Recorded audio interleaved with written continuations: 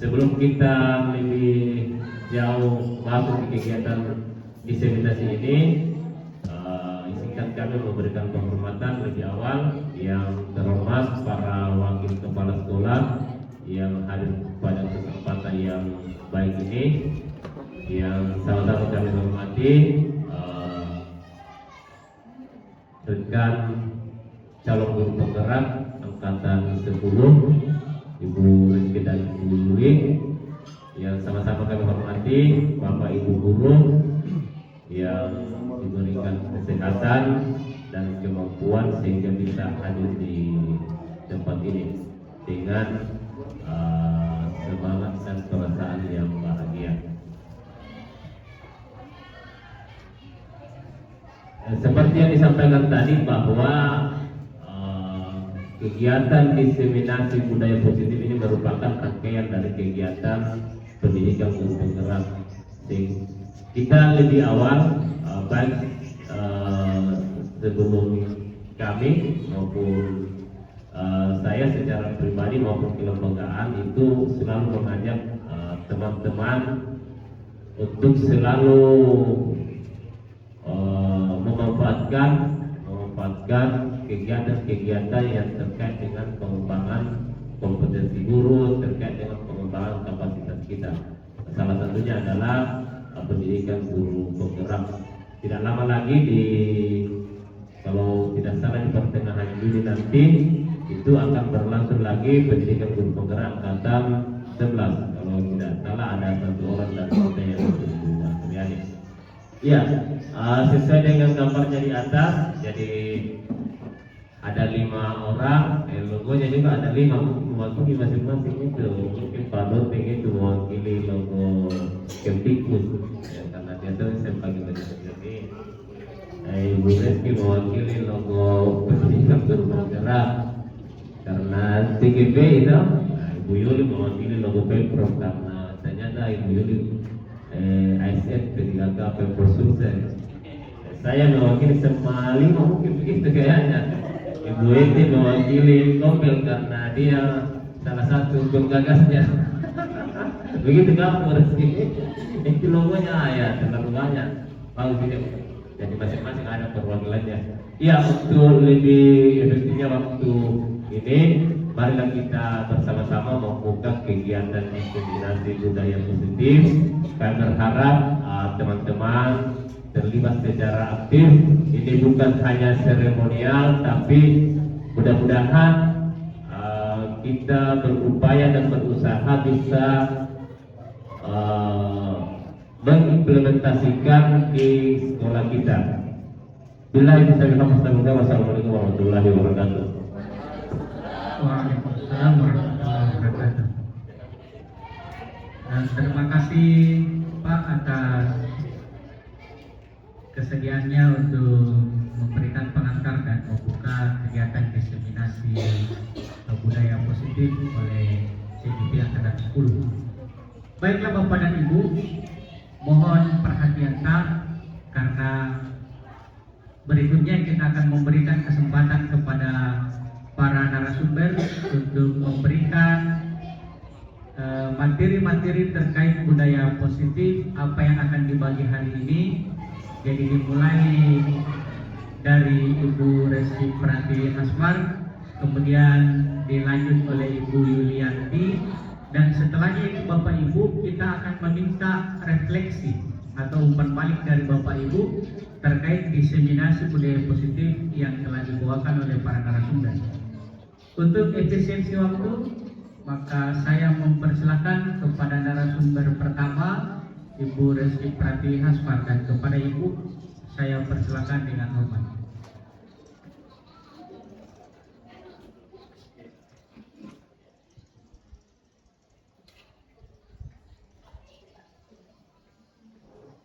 Bismillahirrahmanirrahim. Assalamualaikum warahmatullahi wabarakatuh. Yang terhormat Bapak Kepala Sekolah, yang saya hormati para wakil kepala sekolah dan seluruh rekan sejawat yang saya hargai dan saya cintai. Langsung saja saya akan memaparkan tentang budaya positif. Kebetulan sudah dijelaskan oleh Bapak tadi bahwa budaya positif itu sangat penting untuk kita bangun, untuk kita ciptakan di lingkungan sekolah kita. Jadi sesuai dengan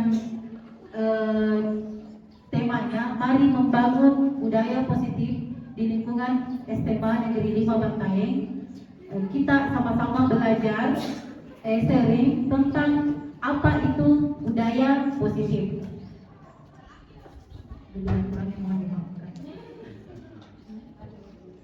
Langsung saja Bapak Ibu, apa itu budaya positif? Jadi seperti yang sudah dijelaskan di depan, budaya positif itu adalah pembiasaan yang bernilai positif, di mana di dalamnya mengandung sejumlah kegiatan yang mampu menumbuhkan karakter positif murid.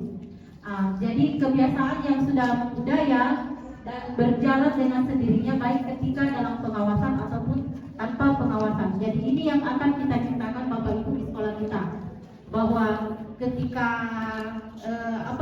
disiplin positif itu sudah menjadi budaya di dalam lingkungan sekolah kita, kita sebagai guru bukan lagi sebagai penuntut, tapi lebih ke arah melihat, menuntut, dan melihat, mengawasi serta mengarahkan saja murid untuk ke arah yang lebih positif. Jadi murid akan dengan sendirinya tahu yang seperti apa itu yang tidak baik dan yang baik bagi mereka. Itu mungkin. Kemudian lanjut. Jadi untuk mewujudkan budaya positif itu kita punya konsep inti dari budaya positif. Yang pertama itu disiplin positif dan nilai kebajikan. Yang kedua, teori motivasi, hukuman, penghargaan, dan restitusi. Yang ketiga, keyakinan kelas. Dan yang keempat, kebutuhan dasar manusia. 5, posisi kontrol, dan segitiga restitusi. Jadi ini semua Bapak Ibu yang akan kita pelajari sama-sama. Dimulai dari nilai kebajikan universal. Nah, nilai kebajikan yang dimaksud di sini adalah nilai yang kita anggap baik, Bapak Ibu. Jadi kalau di profil pelajar Pancasila yang kita lihat itu adalah keenam ini, di mana murid beriman, bertakwa kepada Tuhan Yang Maha Esa, mandiri, bernalar kritis, berkebinekaan global, bergotong royong kreatif. Dan ada juga beberapa nilai kebajikan yang sudah dijelaskan di sini oleh IBO, PYP, dan 9 pilar karakter. Itu tentang nilai kebajikan apa saja yang ada, yang harusnya ada di lingkungan sekolah. Nah, lanjut. Nah, sampai Bapak Ibu sekalian, di layar saya tampilkan gambar. Bisa kita lihat gambarnya mungkin. Di sini kalau kita lihat nilai kebajikan apa yang tercermin dari gambar. Nah, kalau bisa kita lihat sesuai dengan yang nilai kebajikan yang tadi, kira-kira apa? Beriman dan bertakwa. Apalagi? Oke, jadi sudah kita mengerti ini, kita pahami ini yang mana itu nilai-nilai kebajikan. Nah, jadi yang seperti ini yang mau kita ciptakan Bapak Ibu. Ya, lanjut mungkin. Di sini dibahas tentang disiplin positif. Ki Hajar Dewantara mengatakan bahwa untuk mewujudkan murid yang merdeka, murid itu harus memiliki disiplin yang kuat, baik itu berasal dari luar maupun dari dalam diri mereka. Kemudian dijelaskan juga disiplin berarti mereka bisa bertanggung jawab terhadap apa yang dilakukannya. Nah, kemudian dijelaskan juga disiplin positif itu cara menerapkan disiplin yang bertujuan untuk menumbuhkan iming-iming hukuman, penghargaan, atau pengakuan ataupun ancaman. Nah, itu yang mau kita bangun Bapak Ibu. Jadi kalau kita lihat tadi gambarnya Pak Aziz dan anak-anak, mungkin anak-anak menurut kita mungkin anak-anak itu sholat karena merasa diawasi. Nah, jadi yang ingin kita ciptakan itu Bapak Ibu, tidak ada lagi teriak-teriak pada saat jam sholat, sebelum sholat. Biasanya kan begitu. Atau tidak ada lagi Pak Aziz yang bawa kayu lari ke sana kemari di kelas untuk mengajak anak-anak sholat. Jadi ini yang akan kita ciptakan, disiplin positif. Nah, untuk menciptakan itu kita butuh motivasi. Nah, kalau dalam teori motivasi itu ada dua, ada motivasi eksternal dengan motivasi internal. Nah, di sini ada penjelasannya untuk menghindari ketidaknyamanan atau hukuman. Itu salah satunya adalah motivasi eksternal. Jadi apa yang akan terjadi apabila saya tidak melakukannya? Apakah saya akan diburu sama ustaz ketika saya tidak pergi sholat? Ataukah ketika saya rajin masuk sholat, apakah ada penghargaan yang akan diberikan kepada saya? Jadi itu adalah salah satu contoh motivasi eksternal. Lalu motivasi internal untuk menjadi orang yang mereka inginkan dan menghargai diri sendiri dengan nilai-nilai yang mereka percaya. Jadi kalau misalnya saya sholat, itu adalah jalan saya menuju surga. Jadi kalau saya sholat, saya mendapat ketenangan. Jadi itu adalah motivasi dari dalam diri murid kita. Baik, lanjut. Jadi saya tampilkan gambar lagi. Kita lihat di sini anak-anak kita membersihkan. Kira-kira motivasi apa yang tercermin dari gambar berikut?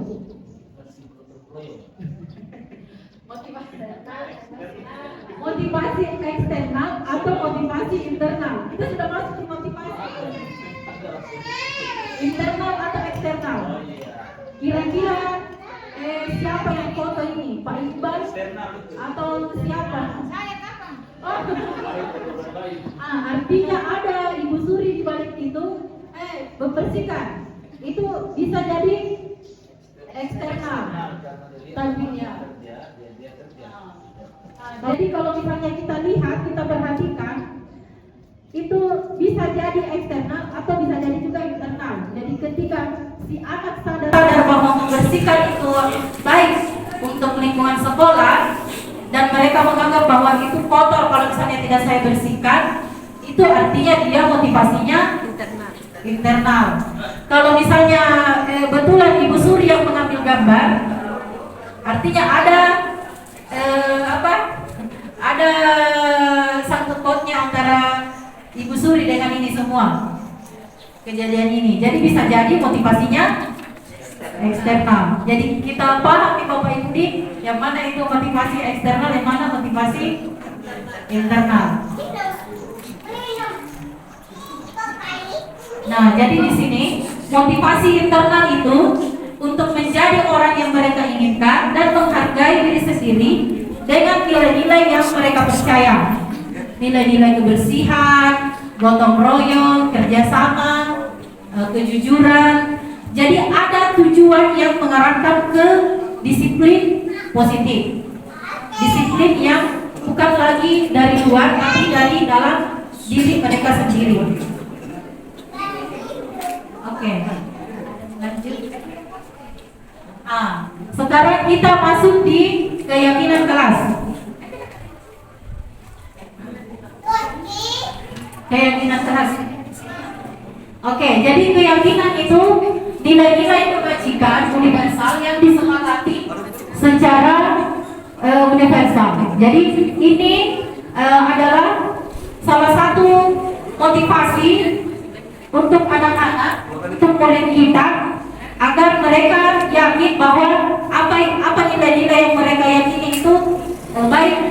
semuanya kita terapkan di dalam kelas.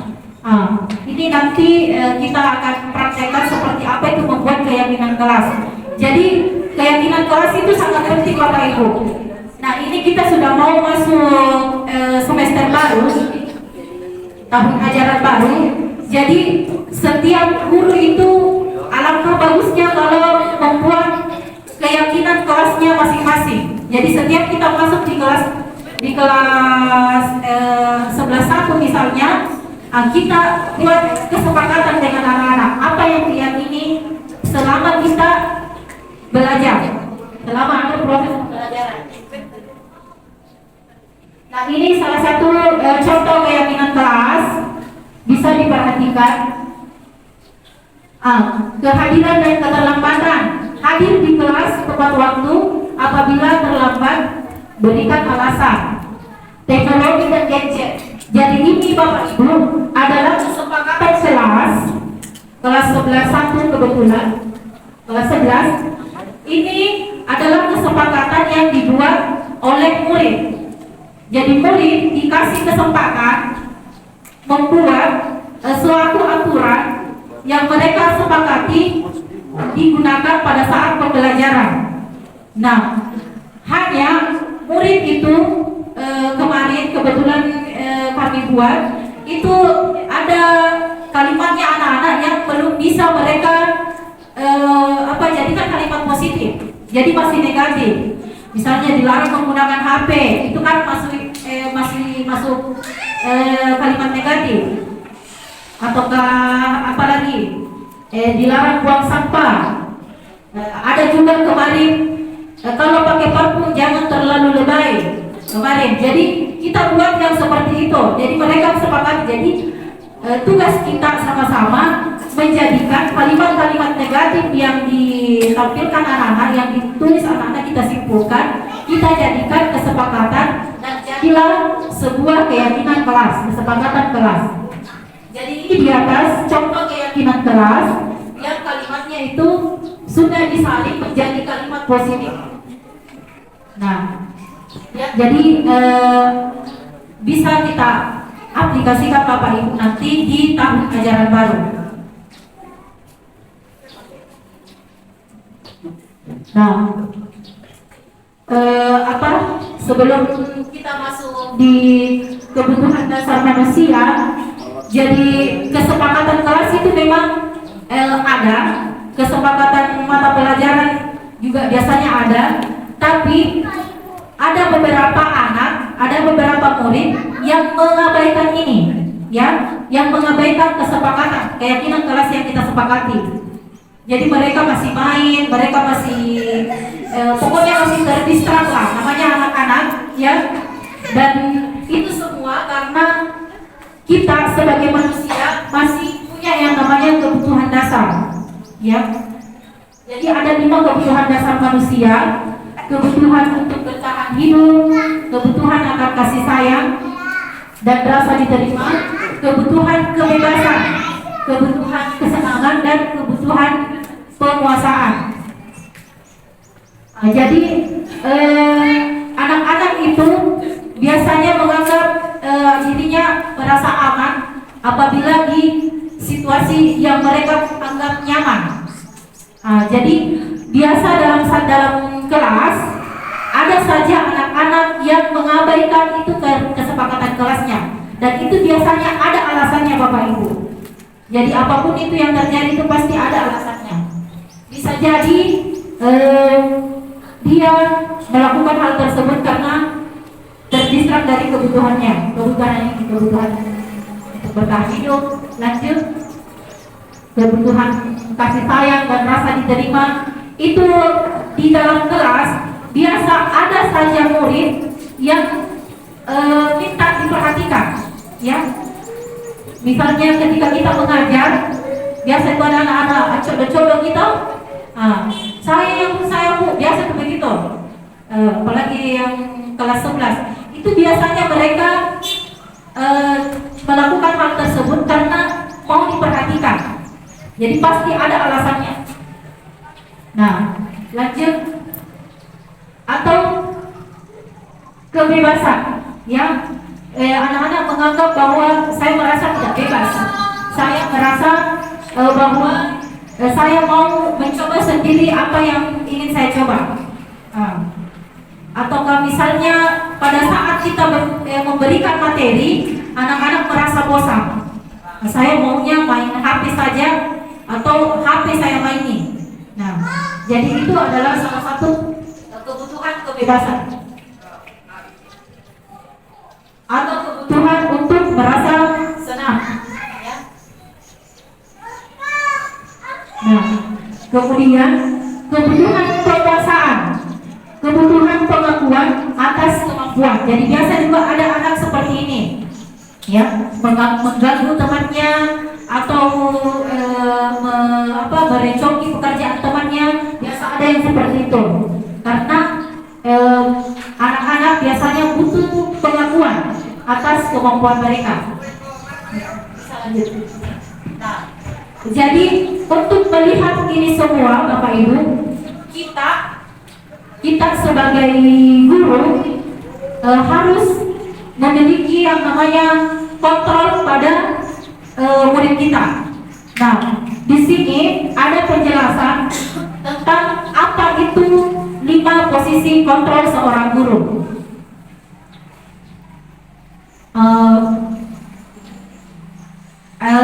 Sebelum kita lanjut materi 5 posisi kontrol guru, saya akan tampilkan satu video.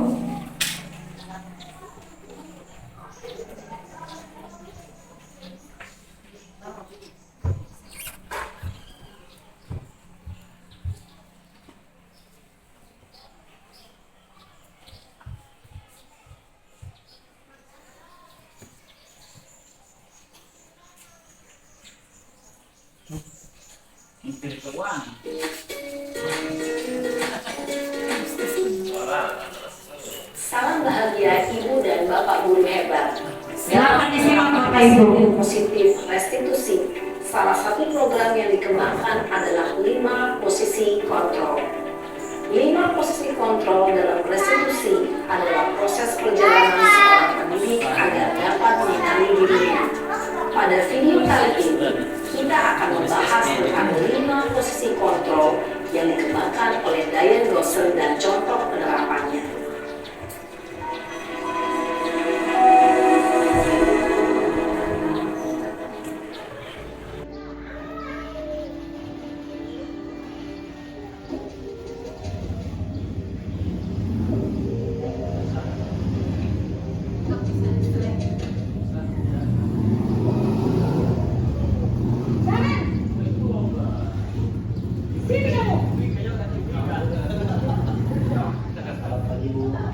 Selalu terlambat. Kamu deh, pasti terlambat. Bu, saya Apa? Apa coba? Alasan kamu apa lagi? Kapan sih kamu tidak terlambat? Malas sekali ya kamu jadi anak. saya Dasar pemalas. Gak kapok-kapok sih kamu. Sudah berapa kali terlambat?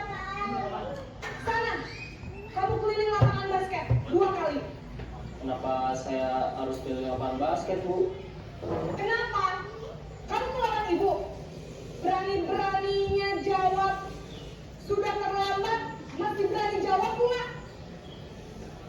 Sekarang, keliling lapangan basket 5 kali sekalian. Biar kapok. Cepat. Pergi sana ke lapangan basket. Posisi pemukul biasanya berbicara dengan nada tinggi, menghardik, menunjuk-nunjuk, menyakiti, dan menyindir. Hukuman bisa berupa fisik maupun psikis. Ibu dan Bapak guru hebat, dampak yang terjadi pada murid ketika guru berada pada posisi penghukum adalah murid cenderung akan memberontak, bahkan menyimpan dendam.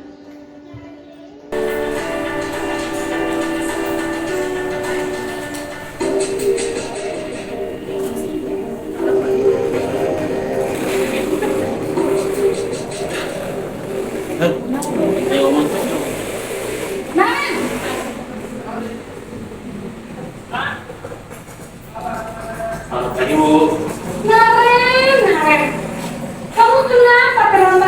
lagi, Nak. Ya Tuhan, Naren. Kamu senang ya bikin ibu susah ya? Kalau kamu terlambat lagi, nanti ibu yang seperti bapak kepala sekolah, Nak. Disangka ibu tidak bisa membina kamu. Duh, gimana ini? Maaf Bu. Duh, Gusti Naren. Kamu suka ya kalau ibu ditegur bapak kepala sekolah? Terus, sekarang ibu harus tulis apa yang di buku absen? Ini kan sudah sering terlambat loh. Ibu harus apa coba? Maaf Bu. Maaf sekali. Ya sudah, lain kali jangan bikin ibu susah lagi ya nak ya. Ibu tidak akan kuat lagi kalau kamu begini terus. Bisa jantungan kalau ibu ditegur bapak kepala sekolah. Sana cepat kelas. Maaf ya Bu. Maaf sekali. Posisi pembuat rasa bersalah berbicara dengan nada tenang, cenderung lembut. Namun kata-kata yang diutarakan membuat murid merasa menjadi orang yang gagal, memandang buruk dirinya sendiri, merasa tidak berharga, dan tidak sanggup membahagiakan orang lain. Ketika guru mengambil posisi pembuat rasa bersalah, murid akan menganggap dirinya yang bersalah dan ia akan menyimpan emosi negatif tersebut di dalam dirinya. Nah, ini kan kayak golak ya.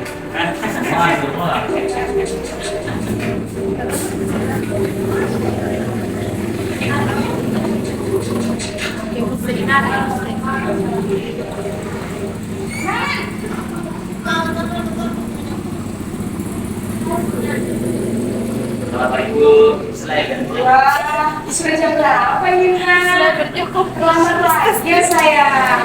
Iya Bu, habis ibu saya lupa bangunkan saya Bu. Kamu malah menyalahkan ibu kamu. Kamu bukannya anak yang larinya paling kencang. Kok terlambat sih?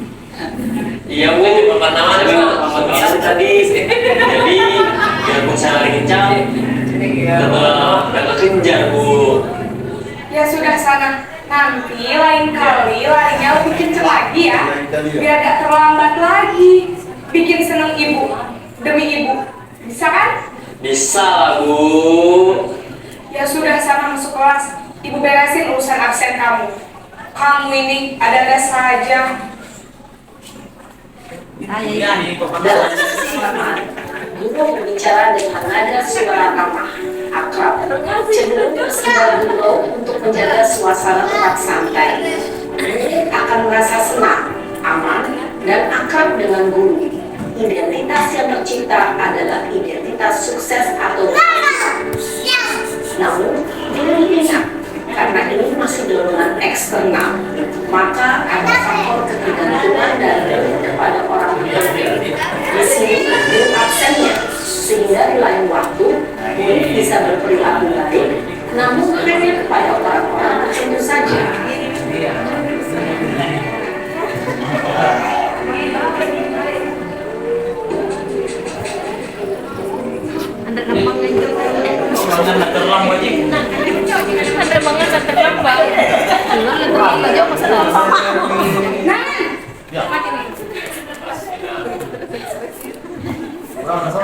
Selamat Ibu. Naren, apa peraturan sekolah kita tentang jam berapa kita harus masuk sekolah, nak?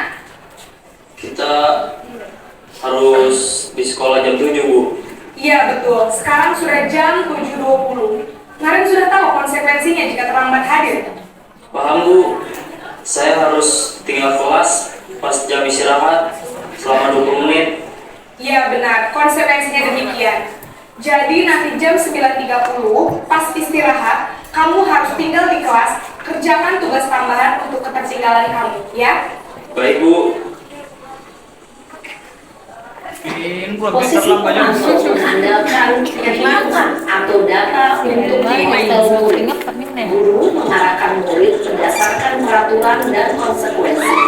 Seorang pemantau menunjukkan bahasa tubuh dan ekspresi wajah yang datar dan cenderung formal.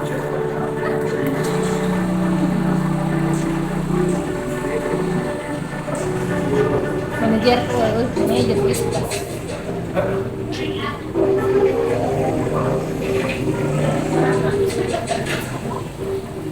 Saya ikut juga boleh lalu. Sampai aku mau partai. Selamat pagi Naren. Aku saya terlambat. Sekolah masuk Ini siswanya yang marahin muko jadi. Bagaimana ini Naren? Maaf, selalu pas awal saya semalam. Baiklah, menurut kamu, keyakinan sekolah yang mana yang perlu kamu tingkatkan? Menghargai diri sendiri dan orang lain mungkin ya Bu. Setuju. Jadi, apakah Naren meyakini prinsip saling menghormati tersebut? Iya Bu, saya meyakininya. Apakah Naren bersedia memperbaiki masalah keterlambatan ini? Bersedia Bu. Bagaimana kamu akan perbaiki masalah keterlambatan ini? Saya akan coba untuk tidak lupa menyetel alarm saya Bu. Baik, kalau Naren lupa menyetel alarm di rumah, ada orang yang kira-kira bisa bantu mengingatkan tidak? Ada Bu, kakak saya, Kak Emma. Ada lagi selain Kak Emma? Selain Kak Emma, ada ibu saya. Baik, jadi yang mengingatkan Naren adalah Kak Emma dan ibu kamu ya? Kira-kira akan mulai setel alarm kapan nih Naren? Setelah pulang sekolah, akan segera saya lakukan. Baik, jadi Naren akan setel alarm untuk bangun besok pagi dan akan diingatkan oleh kakak dan ibunda Naren ya. Ada lagi yang mungkin perlu dilakukan Naren agar tidak terlambat bangun lagi? Tidak ada Bu. Baik Naren, terima kasih untuk kerjasama kamu. Sekarang kamu perlu kembali ke kelas untuk belajar. Baik Bu, terima kasih. Posisi manajer adalah posisi kontrol yang disarankan untuk membimbing murid memiliki sikap disiplin yang positif, yaitu murid yang mandiri, bertanggung jawab, dan dapat memecahkan masalah. Tujuan dari posisi ini adalah agar murid dapat berefleksi atas tindakannya. Guru akan dengan tulus memberikan pertanyaan-pertanyaan bermakna, sehingga membuat murid dapat belajar dari kesalahannya dan mencari sebuah solusi untuk menyelesaikannya. Ibu dan Bapak guru hebat, setelah mengamati adegan kelima posisi kontrol tadi, kira-kira posisi mana yang paling ideal? Posisi mana yang dapat menunjang motivasi intrinsik murid? Ya, tentu posisi manajer. Posisi ini memang posisi ideal yang ingin dituju setiap pendidik. Pada posisi inilah, guru dapat menerapkan disiplin positif yang berpihak pada murid, yang memerdekakan murid. Perjalanan seorang pendidik tentunya tidak mudah untuk sampai pada posisi seorang manajer. Namun, tujuan kita pasti, yaitu menciptakan murid-murid yang mandiri, merdeka, dan bertanggung jawab.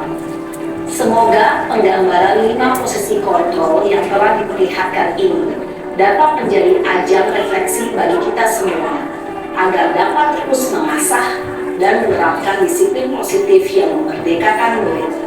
Mari terus berlatih dan bersemangat. Selamat menerapkan. Salam dan bahagia, Ibu dan Bapak guru hebat.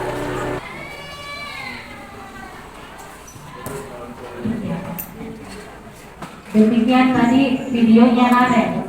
Jadi anggap kita di situ satu gamenya terlambat. Slider itu tidak pernah lewat depan. Jadi saya ulang lagi pertanyaannya, pemateri yang di video tadi. Bapak Ibu guru hebat sekalian SMA Negeri 5 Bantaeng, ada di posisi mana kita saat ini atau selama ini? Dia ngasih. Kadang jadi teman, kadang jadi penganggur, Ada semua ya. atau ibu sendiri.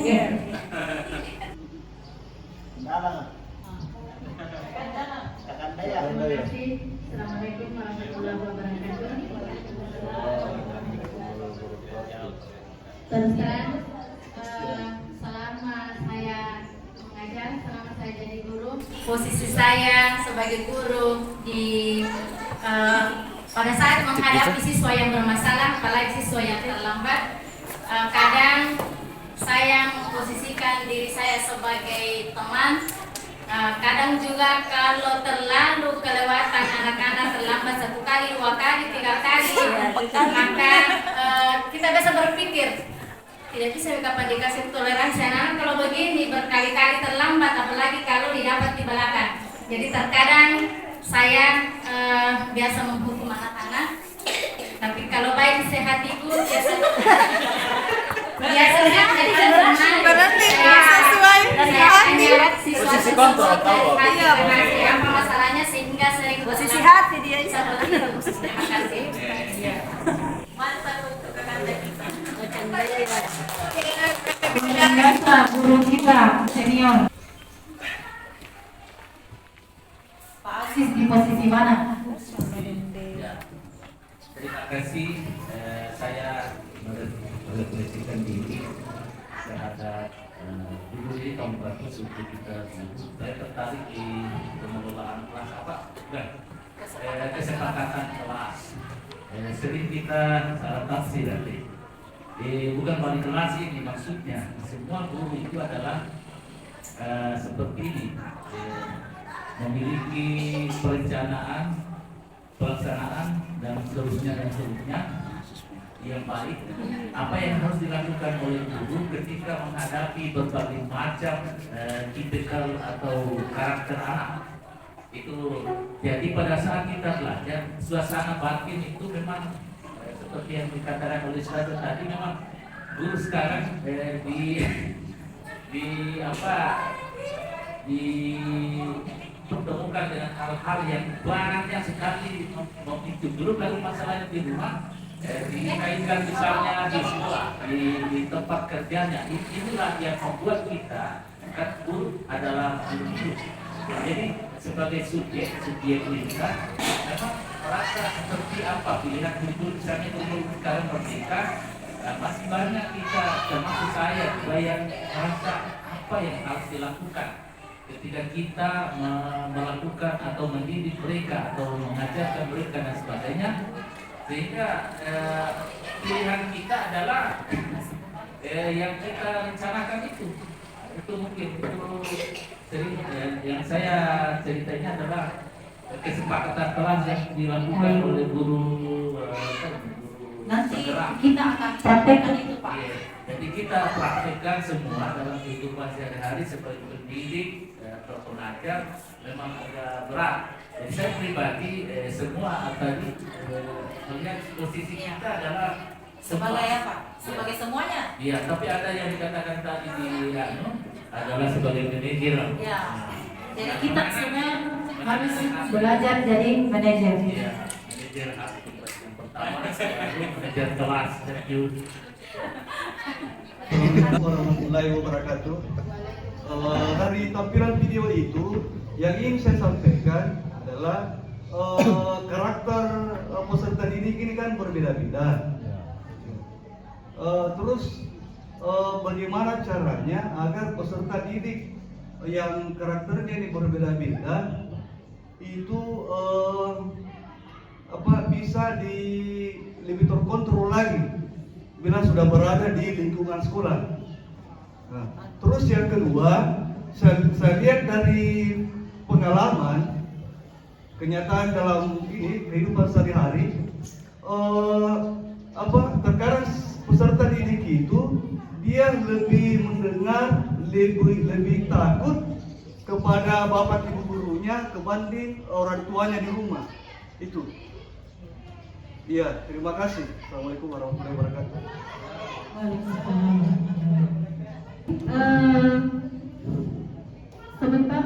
Sebentar baru kita umpat balik ya Bapak Ibu. Saya lanjutkan dulu. Oh silakan. Assalamualaikum warahmatullahi wabarakatuh. Jadi saya berkabar, Waalaikumsalam warahmatullahi wabarakatuh. Serius ini? Fokus di depan. Bapak Ibu guru hebat ada di posisi kontrol mana kita selama ini? Terima kasih atas kesempatan yang diberikan.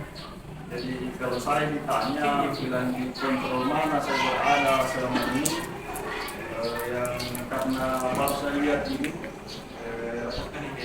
yang saya jalankan selama ini hampir semua yang saya jalankan ini baru ini saya menjelaskan. Kemudian kalau kita berbicara kepada anak, contoh tadi dibilang sama Pak, bahwasanya karakter anak itu berbeda-beda. Sama halnya dengan siswa yang terlambat. Ada siswa yang terlambat, memang dia sengaja memperlambat dirinya masuk di kelas. Ada juga, memang ada sesuatu hal yang membuat siswa ini terlambat. Ada juga, ada di sekitar sekolah ini, tapi memang dia sukanya memang terlambat masuk. Sehingga guru ini, saya ditanya tadi, kontrol yang mana kita pakai pada selama ini. Kadang saya pakai tindakan militer. Saya lihat juga siswanya ini bagaimana. Kalau ini siswanya suka minta membandel, bisa sedikit barangkali kita sebagai penghukum. Dan kalau kita lihat ini siswa memang anak cerdas di kelas, pintar dan terlambat, memang ada sesuatu hal yang membuat dia terlambat.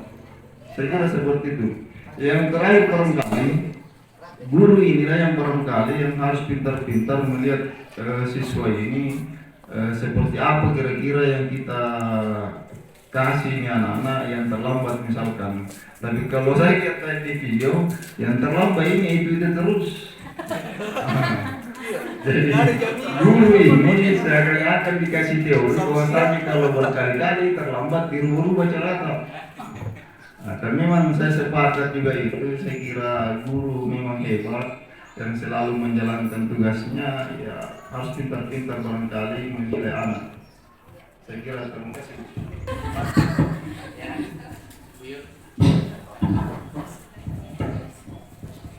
Bismillahirrahmanirrahim. Assalamualaikum warahmatullahi wabarakatuh. Alhamdulillah wa syukurillah wassalatu ala rasulillah. Alhamdulillah.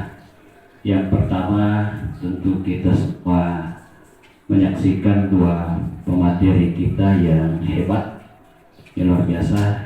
Mari kita berikan apresiasi. Setelah kita mendengarkan materi yang luar biasa, teman-teman guru hebat, timbul di pikiran saya yang berbunyi, innallaha la yughayyiru ma biqaumin hatta yughayyiru ma bi anfusihim. Sesungguhnya Allah tidak akan merubah sesuatu masuk kaum kecuali dia sendiri yang merubah. Dengarkan pengatur kita yang hebat, kalau kita tidak merubah cara dan disiplin kita untuk menangani namanya siswa atau murid, saya kira tidak ada hebatnya kita punya guru. Kemudian tadi disampaikan persoalan disiplin positif. Ada dua. Yang pertama, menurut yang pernah kita baca bahwa disiplin positif yang digambarkan tadi, ada di pikiran saya ada beriman dan bertakwa. Kemudian yang kedua adalah sifat malu. Kalau ini yang dua berpasangan, iman dan malu, saya kira sudah aman kita punya sekolah. Kalau ada iman, kita sudah diawasi, bukan pengawas melihat, bukan pengawas itu, tapi pengawas langsung yang melihat kita. Itu makanya ditempatkan iman dan takwa. Nah, kemudian yang kedua, sifat malu. Kalau kita masih punya sifat malu, saya kira banyak ada di tempel di mana-mana, malu terlambat, malu, banyak malu. Saya al-haya'u minal iman. Sifat malu itu tidak bisa dipisahkan dengan iman. Kemudian selanjutnya ada tadi kita baca kebutuhan. Kebutuhan manusia itu ada dua. Ada kebutuhan jasmani dan ada kebutuhan rohani. Kebutuhan jasmani apa yang disampaikan tadi pemateri yang kedua, bahwa makan dan minum, berpakaian, tempat tinggal, olahraga, istirahat, itu kebutuhan jasmani. Itu juga memang betul apa yang disampaikan. Mari kita perhatikan Jangan sampai siswa kita karena takut terlambat, malu terlambat, tidak makan. Sampai makan dulu. Nah, itu. Nah, kemudian kebutuhan yang kedua manusia ini perlu dipahami juga. Jangan sampai kebutuhan yang tadi, yang jasmani, kebutuhan rohaninya juga perlu diperhatikan. Inilah tugasnya guru agama, saya kira. Iya. Dan inilah tanggung jawab yang sangat berat bagi saya pribadi, guru agama. Apalagi kalau dibilang guru hebat. Jadi kebutuhan rohaninya yang pertama adalah ilmu. Bagaimana siswa kita itu betul-betul punya ilmu. Ilmu karena tidak bisa kemana-mana kalau kita tidak punya ilmu. Yang kedua, kebutuhan rohaninya adalah akhlak. Kembali lagi akhlak. Akhlaknya itu kebutuhan rohaninya. Kemudian akidah. Akidahnya harus diperbaiki. Jangan sampai musyrik. Kemudian ibadahnya, amal solehnya. Kemudian yang terakhir, kalau kebutuhan jasmani istirahat, perlu istirahat. Dari sekian ada istirahat. Makanya kebutuhan rohaninya harus tenang. Saya kira itu yang saya sampaikan. Assalamualaikum warahmatullahi wabarakatuh. Tenang bagi Bapak Ibu. Jadi harapannya di sini kita ada di posisi manajer. Jadi setiap ada murid yang mengabaikan keyakinan kelas yang tadi kita buat, ya, yang kita sepakati, maka ada perlakuan khusus ke murid kita. Nah, murid yang mengabaikan kelasnya kita berikan perlakuan untuk mengingat kembali keyakinan yang telah kita sepakati bersama. Nah, perlakuan seperti itu ada istilahnya dikatakan segitiga restitusi. Jadi saya mencoba mengaitkan dengan pertanyaan Pak Gafar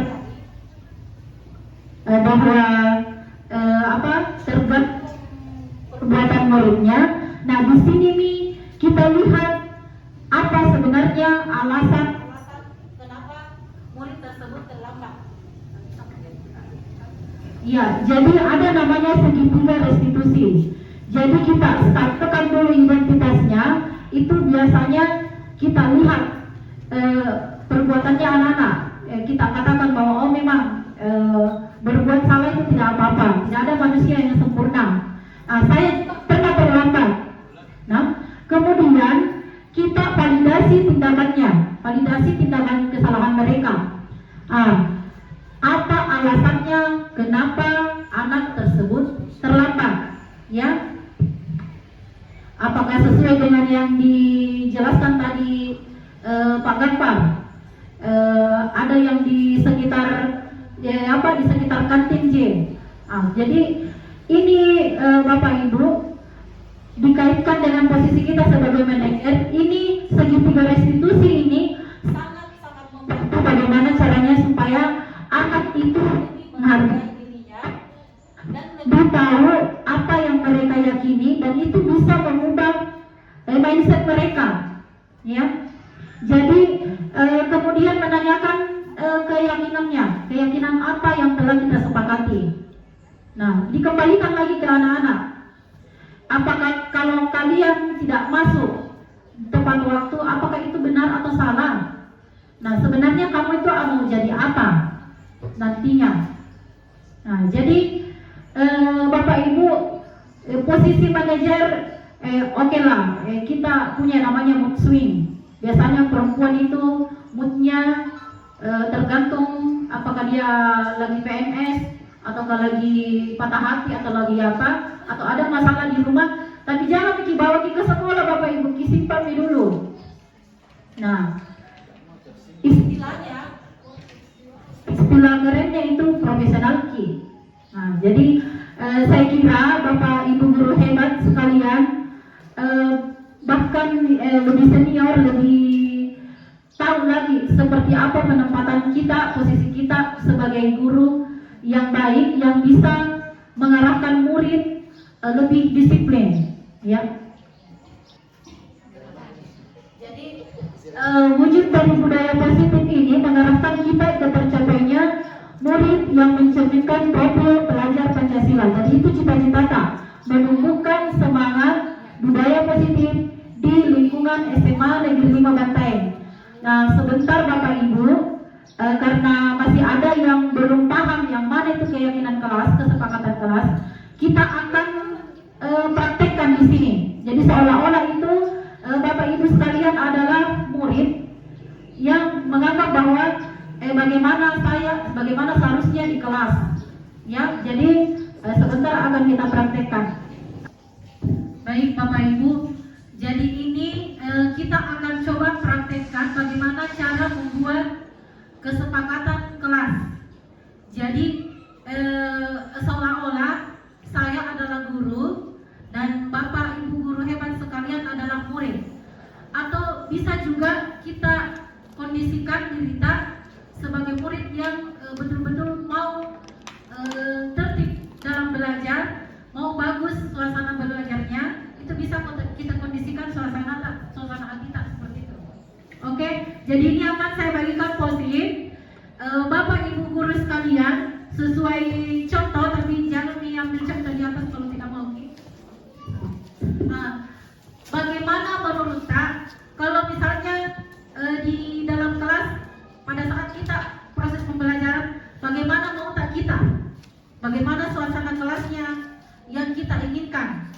Ya, apakah boleh main HP atau boleh makan di kelas? Nah, jadi saya persilakan dibagikan. Jadi kita tulis.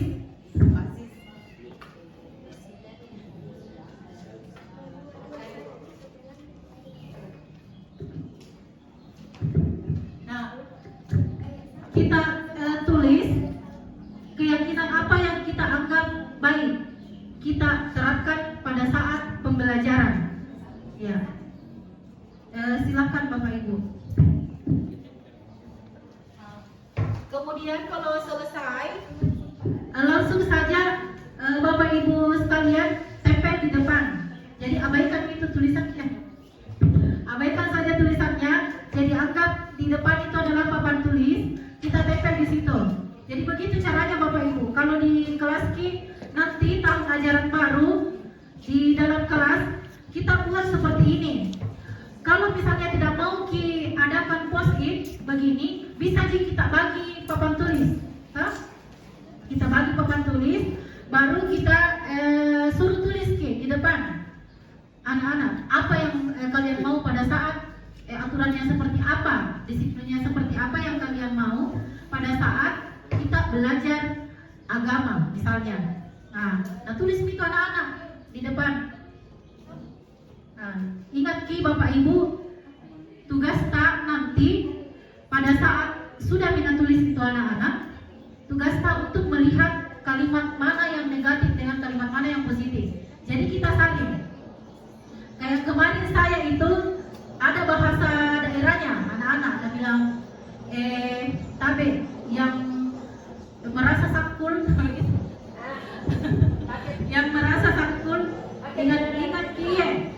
Atau kalau sudah pagi kalau di atas jam 12 kalau sudah di atas jam 12 jangan pakai terlalu lebay parputa.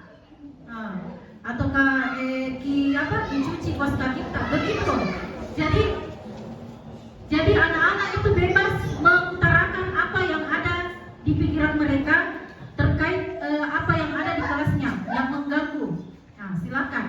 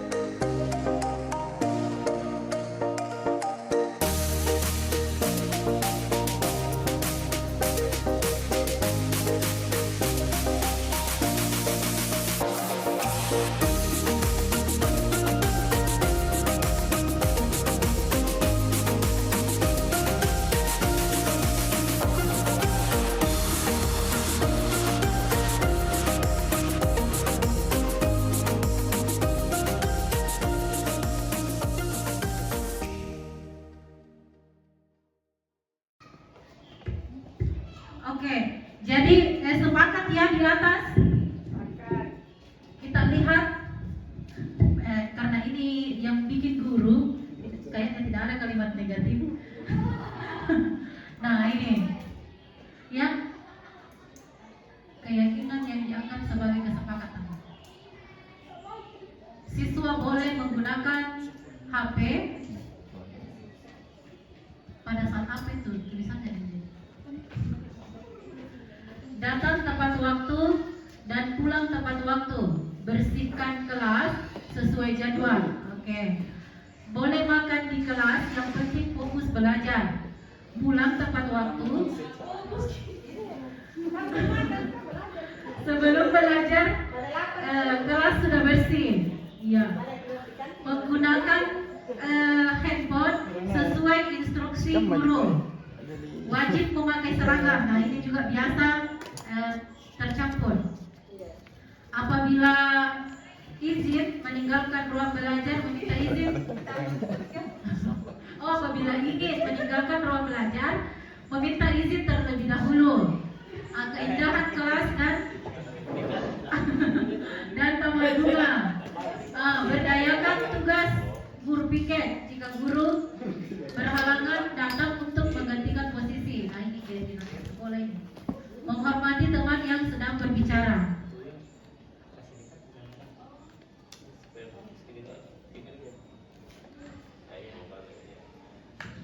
Ya, kemudian kedisiplinan yang baik ketika proses pembelajaran berlangsung adalah tabe ibu. Kalau menjelaskan tolong diberikan kesempatan kepada siswa untuk bertanya terkait materi yang disampaikan. Nah, ini juga. Jadi pendapat murid itu penting ya. Meratakan semua siswa dan apa ini meratakan? Beradab yang baik kepada siswa. Ya, jadi tidak pilih kasih ya. Baik. Kalau kita lihat di sini tidak ada yang kalimat negatif. Tidak ada kalimat negatif. Jadi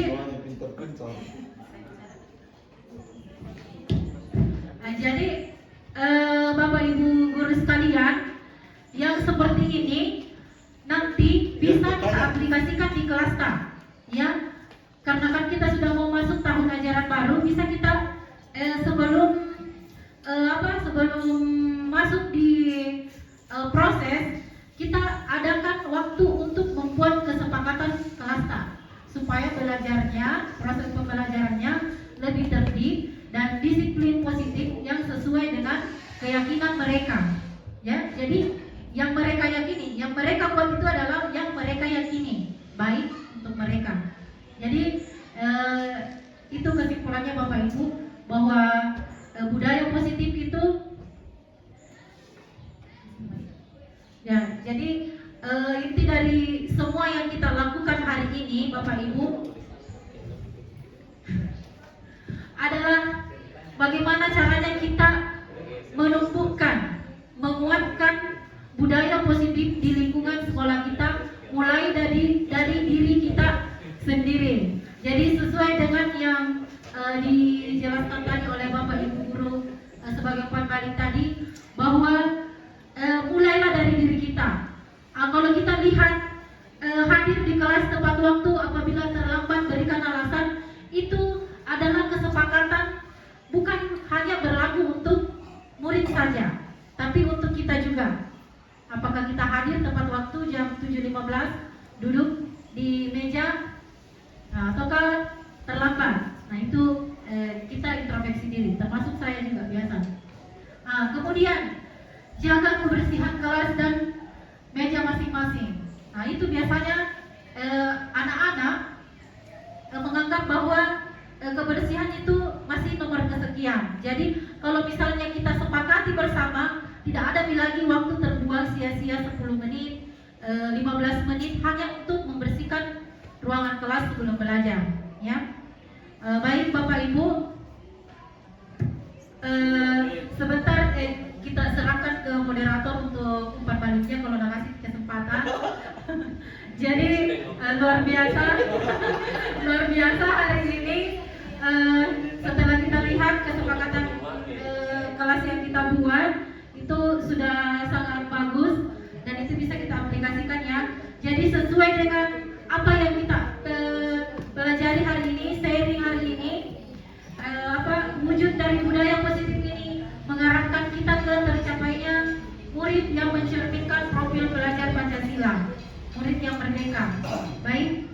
Terima kasih atas kesempatannya hari ini. Terima kasih atas antusiasnya Bapak Ibu guru hebat sekalian.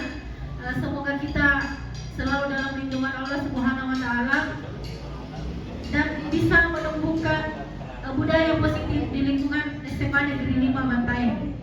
Assalamualaikum warahmatullahi wabarakatuh. Ya, itulah tadi Bapak Ibu penyampaian materi atau diseminasi budaya positif dari dua narasumber kita. Mudah-mudahan ilmu yang dibagi itu berkah dan kita semua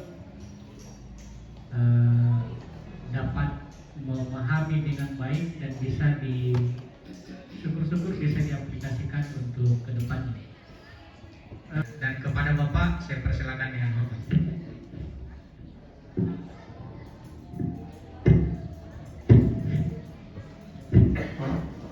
Ya, terima kasih. Assalamualaikum warahmatullahi wabarakatuh. Terkait dengan diseminasi budaya positif tadi, ada hal yang menarik yang disampaikan oleh Pak Andri bahwa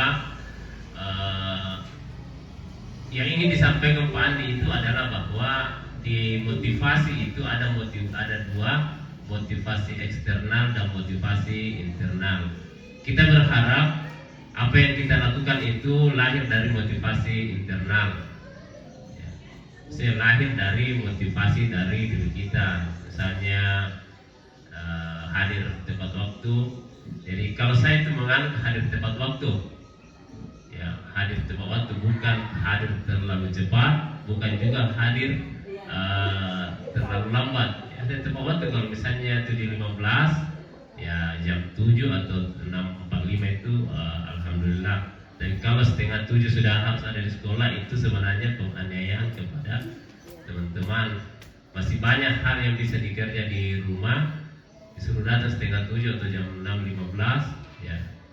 Nah, tapi kalau hadir tepat waktu itu 7.15 kita belajar, ya 6.45, nah, itu sudah masuk di rentang apalagi istilahnya. Kemudian terlambatnya ya 7.15, ya 7.15 lewat 1 lah, lewat 1 detik. Ya, mudah-mudahan apa yang kita bahas bersama itu selalu muncul dari motivasi internal.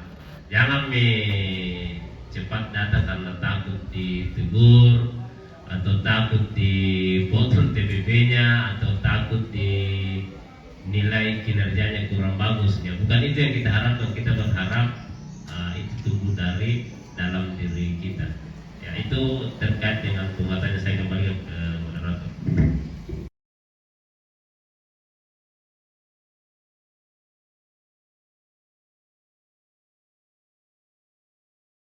Bismillahirrahmanirrahim. Assalamualaikum warahmatullahi wabarakatuh. Waalaikumsalam warahmatullahi wabarakatuh. Ya. Bagaimana kabarnya hari ini? Baik. Panas? Panas. Nah, jadi hari ini ya Ibu akan mengajak kalian semua untuk membuat kesepakatan kelas. Ya, kesepakatan kelas itu adalah keyakinan yang harus kalian yakini bahwa ini benar dan ini yang tidak benar, ya. Nah, jadi untuk membuat kesepakatan ini, Ibu akan kasih kertas, ya, dan kalian tulis apa-apa yang akan kita sepakati nanti, apa yang kalian yakini yang baik dilakukan pada saat pembelajarannya sosiologi, ya.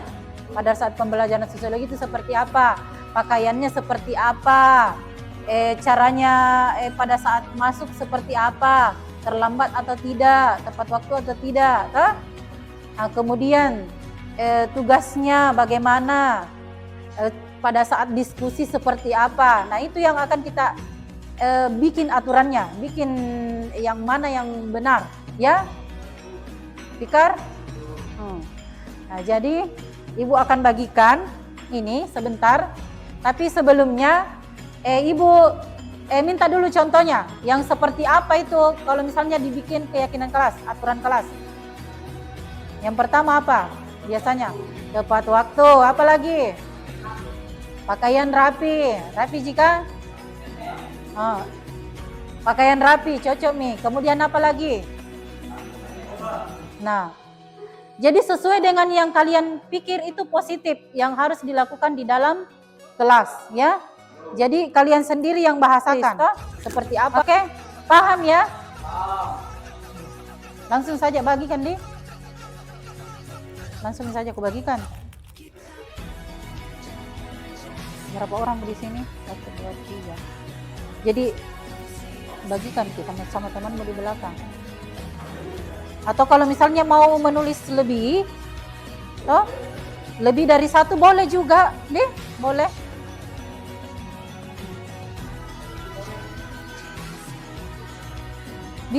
Bisa ditulis namanya, bisa juga tidak. Bisa lebih 1 yang mau kalian tulis. Pilih warna sih. Kenapa? Warna pink.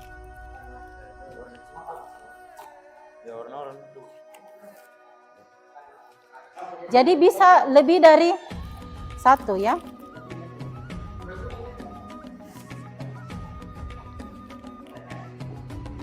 Ada dulu. Warna kuning masih di dalam kira ini.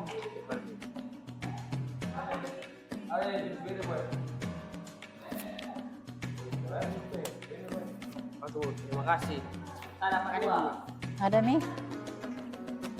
Nah, tulis apa yang bagusnya kita lakukan di dalam kelas, aturannya ya, supaya pembelajaran kita damai dan tentram.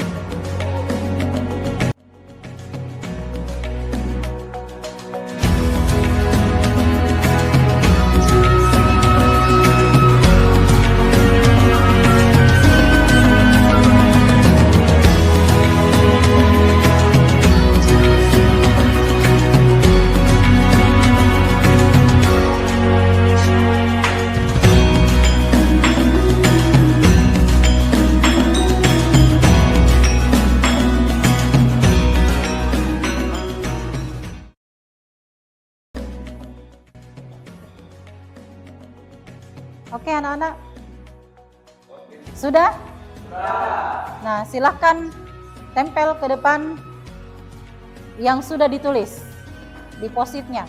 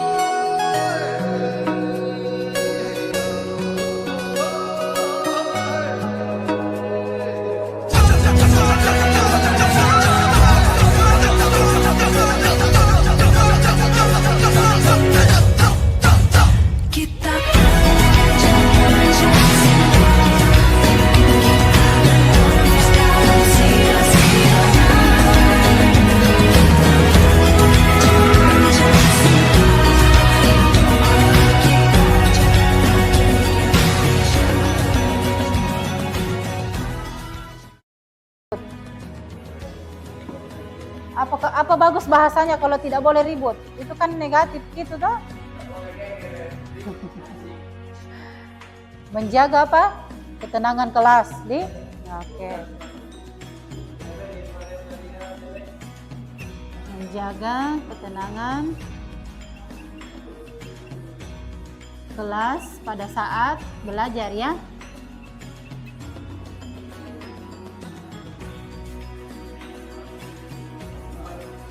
Nah ini anak-anak masih sudah 5 nih yang kalian sepakati.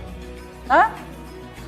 Kemudian apa lagi di sini? Minta izin berpakaian rapi, ada nih tidak? Belum di berpakaian rapi. Yang mana itu?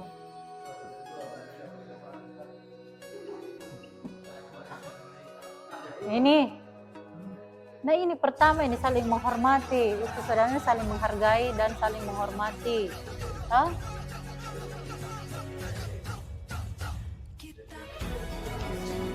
Menjaga kebersihan, apalagi nih? Tidak boleh pakai parfum berlebihan. Karena rasanya itu apa ini?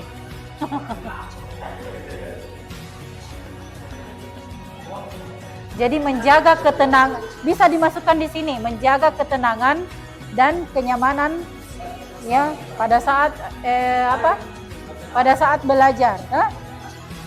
Ini rata-rata sama aja anak-anak, sama-sama berpakaian yang ini yang perlu ya.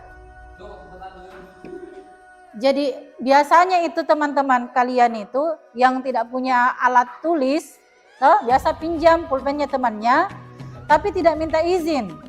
Kemudian pada saat selesai memakai itu tidak dikembalikan, ya, itu kan namanya mencuri. Jadi anak-anak kita masukkan juga itu, ya, meminta izin, ya, izin pada saat meminjam, ya, izin pada saat meminjam barang teman, ya, dan mengembalikannya, dan tidak lupa mengembalikan, ya, dan tidak lupa untuk mengembalikan. Oke, apa lagi? Menjaga kebersihan. Ini sudah masuk nih semua ini. Ada lagi boleh makan di kelas di sini. Rata-rata ternyata. Ada beberapa temannya. Tidak boleh bawa masuk makanan, tidak boleh makan pada saat belajar, ya.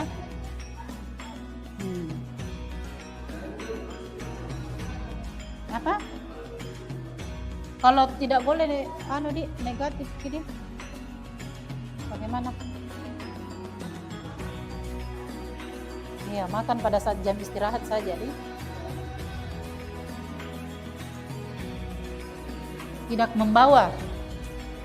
Masuk itu negatif gitu kalau tidak membawa.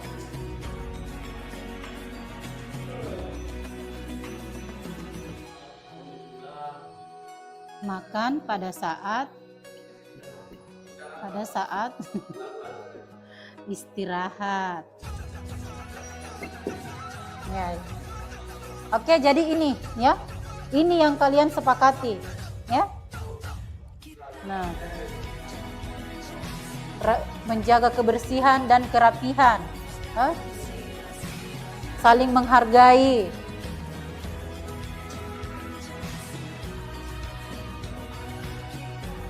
Menghormati.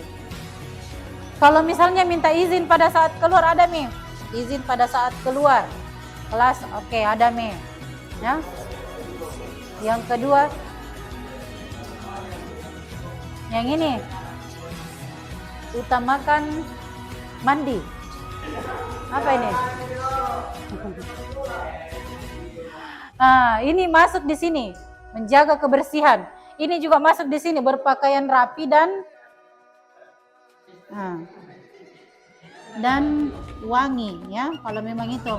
Jadi ini khusus ya di pelajaran kita sosiologi. Jadi pada saat ibu masuk dan ada yang melanggar ini, yang menganggap bahwa ini kesepakatan kemudian tidak sepakat, istilahnya diabaikan, itu artinya benar atau salah? Oke, anak-anak. Jadi sepakat ya ini.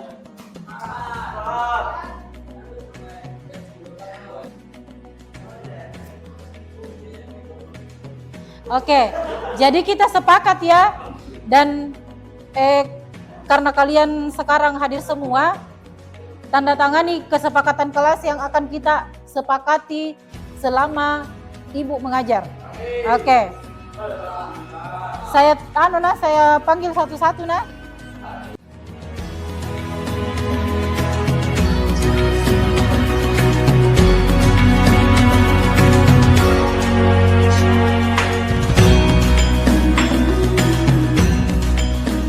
Nah, jadi anak-anak, kesepakatan yang kalian tanda tangan, yang kalian buat dan yang sudah kalian tanda tangani itu akan jadi kesepakatan kita pada saat belajar sosiologi.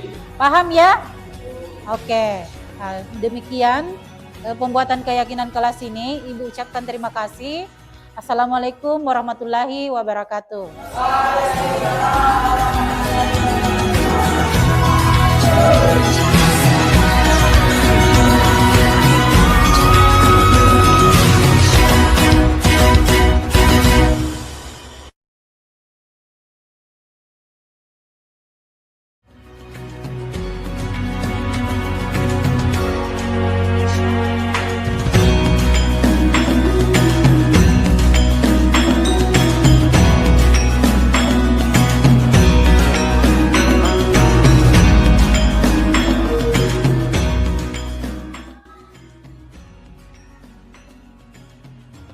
Assalamualaikum Bu. Waalaikumsalam warahmatullahi wabarakatuh. Nah, oke Daniel, hari ini Ibu akan tanya-tanya tentang yang kemarin. Jadi kemarin itu saya dapat laporan kalau kamu bolos pada saat jamnya Ibu, padahal Ibu kira itu kamu cuma absen. Ibu. Nah terus kemana kamu kemarin? Di warkop jauh. Di warkop. Nah oke. Memang setiap orang itu pasti pernah melakukan kesalahan, tapi coba pikir, ke warkop itu ada manfaatnya tidak? Tidak ada juga, main game gitu. Nah, jadi membolos yang kamu lakukan kemarin itu benar atau salah? Salah Bu, karena melanggar aturan dan bisa juga ditangkap Satpol PP kalau ketahuan membolos. Ya. Nah, terus Ibu tanya, kemarin itu kenapa kamu bolos? Kemarin bosan ya di kelas tuh, kemudian ada juga temanku ngajak keluar, jadi bolos juga Bu. Nah, sekarang sadar mau atau tidak? Tidak akan bolos lagi atau bagaimana? Iya sadar. Oke. Minta aku tidak bakal bolos lagi. Iya.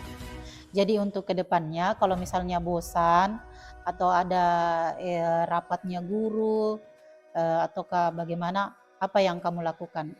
Apa yang akan kamu lakukan juga untuk memperbaiki ini kesalahanmu, Daniel? Itu juga aku minta di tata kelasku atau teman-temanku yang lengkap catatan Bu, supaya bisa juga catat di tugas-tugas yang ketinggalan Bu. Oke. Jadi semoga kamu dapat pelajaran bermakna dari kesalahan yang sudah kamu lakukan ya. Ya Bu, makasih. Ya oke. Bu.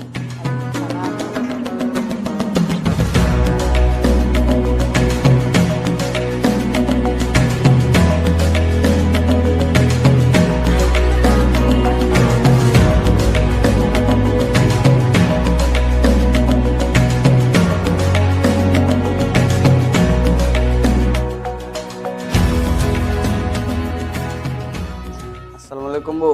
Waalaikumsalam warahmatullahi. Oke Jabal, sekarang Ibu mau tanya-tanya. Nah kemarin itu pada saat kita belajar sosiologi, kamu malah sibuk main HP. Padahal teman-temanmu itu kerja tugas dan tugasnya itu tidak butuh HP. Hah? Bu. Nah apa yang kau gunakan itu di HP-mu? Apa yang kerja? Main game Bu. Main game? Ya, Bu. Game apa? Game Mobile Legends. Oke, jadi ini kan setiap orang itu pasti punya kesalahan, termasuk kamu, ibu, teman-temanmu juga. Tapi coba pikir, main game pada saat pembelajaran itu apa manfaatnya? Tidak ada Bu, hanya main game saja. Nah, jadi main game pada saat belajar itu benar atau salah? Salah Bu, saya sudah melanggar aturan. Oke, dan ada di di keyakinan. Ya Bu. Nah, sekarang Ibu mau tanya lagi. Kenapa main game pada saat pembelajaran? Bosan atau bagaimana? Bosan Bu. Bosan. Ya, Bu. Nah, terus kenapa Kenapa tiba-tiba main game? Karena ada teman yang mau mengajak mabar. Ngajak ke mabar. Iya Bu. Nah, sekarang sudah sadar atau belum? Apa masih akan main game lagi dalam kelas? Sudah sadar Bu. Saya minta maaf. Oke. Nah, jadi untuk kedepannya, kalau kamu bosan di kelas, terus ada temanmu yang ngajak kamu mabar, apa yang kamu lakukan? Saya akan menolaknya Bu. Oke. Terus apa lagi? Saya tidak akan main game lagi Bu di sekolah. Ya. Apa yang akan kamu lakukan untuk memperbaiki kesalahan ini? Saya meminta maaf Bu. Saya tidak akan main game lagi di sekolah. Kemudian tugas-tugasnya yang tertunda bagaimana? Saya akan mengerjakannya Bu. Oke. Nah, oke. Jadi semoga kamu dapat pelajaran untuk kesalahan ini, ya, Jabal. Ya Bu. Oke. Ya. Sudah sadar ya.